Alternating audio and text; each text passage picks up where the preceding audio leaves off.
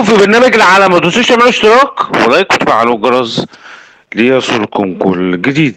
فيديو النهارده عن محمود ابو الدهب. يعني قلت لكم قبل كده محمود ابو الدهب ده كان بيلعب في الاهلي سابقا، بس بيقول كمية نفاق وتدليس وكذب وكلام مش صحيح بالمرة.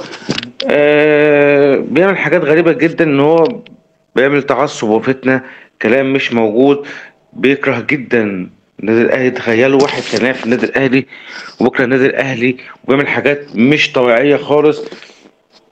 لان محمود ابو الدهب دايما زي ما قلت لكم ما بيقولش كلمة حق، يعني ممكن ينافق يدلس بيقول اي حاجة وخلاص، لان بيقول كلام غير صحيح بالمرة، كلام لا اساس له من الصحة، بيقول كلام مش موجود.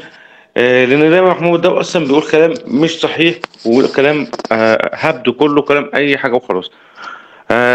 طبعا فيديو لكم بجد والله العظيم، يعني مش عارف اقول ايه، كلام مش صحيح بالمرة وكلام كله كذب في كذب في كذب. تعالوا شوفوا معايا كده. كولر انتهت صلاحيته في النادي الاهلي.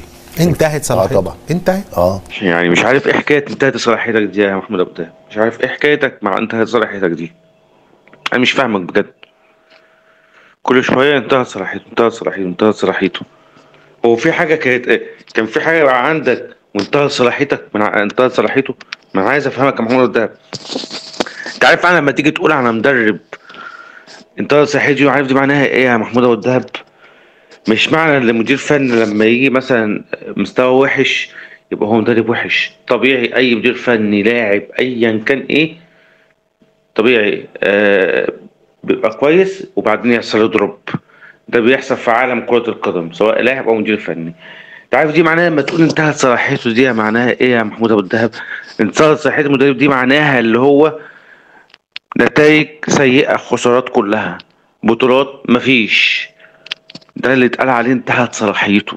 لما واحد مدير فني ماسك فرقة يكون ماسك الفرقة خسارات كلها ولا بطولة، ده يتقال عليه انتهت صلاحيته. لكن لما تيجي تقول انتهت صلاحيته عشان اتعادل له كام مباراة، ما خسرش، ده اتعادل له كام مباراة تقول انتهت صلاحيته. تخيلوا. مش عارف اقول ايه. ده هو كان لعيب كورة، بس انا مستغربه ازاي كان لعيب كورة. المفروض مش عارف يعني هو بيقولها ازاي، مش عارف.